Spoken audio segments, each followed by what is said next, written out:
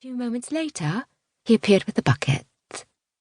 "Ah, thank goodness," she said with an approving smile. "I truly could not do this without you." He nodded once, and she turned around to peer into their parents' massive and overflowing ballroom. Crispin had originally suggested it should be a masked ball. However, that had been considered too scandalous by her mother for the Musgroves to carry out. Still, a few of Crispin's friends had worn masks to enter, but most discarded them when the Countess had discouraged such frivolity. But that was enough if anyone should see her and Crispin now.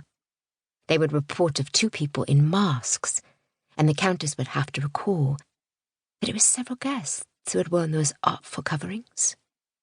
To Maryann's mind, revenge was an art, which took careful plotting and execution.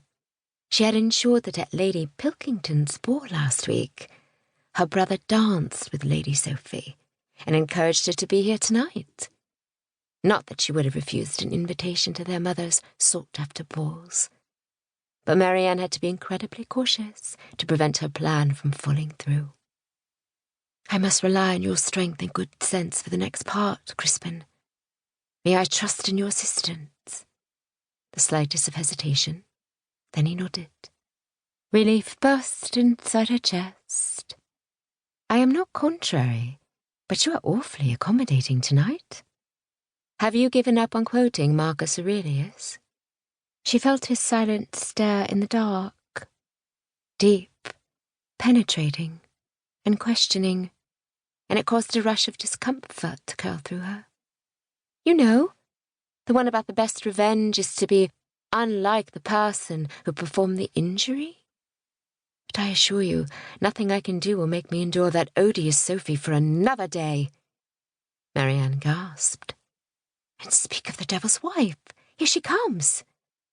Her brother shifted closer as they peered through the windows into the ballroom, where the radiant blonde head of the voluptuously curved darling of the season stepped into view. Her silver-threaded pristine white gown floated around her like gossamer. She held court with her coterie, the members of the Mean Ladies' Club, like a queen, and not the termagant who had been insolently tyrannizing other debutantes of the season.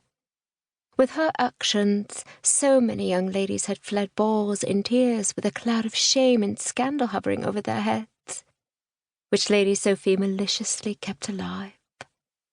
Of course, no one saw the depth of cruelty beneath the pleasant veneer of good-natured countenance she presented. Only her victims were fully aware. "Look how sweet and innocent she appears," Maryann whispered, nudging Crispin in his side. "Did you know she was the instigator of the scandal, which prompted Hyacinth's mother to rush her off to Cornwall? How ghastly can it be to spend the season, or the rest of her life, buried there because of an overindulged wretch?" A rough choking sound came from her brother, which he quickly stifled. Maryann lowered her voice conspiratorially.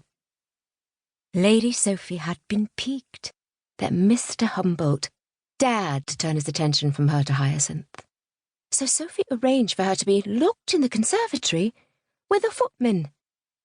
An elusive sensation whispered through her, and Maryann frowned. No one believed Hyacinth's protests, that she had been innocently led astray by a note.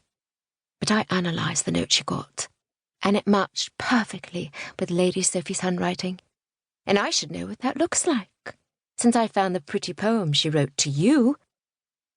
And what is most terrible about it is that Sophie has no interest in the man.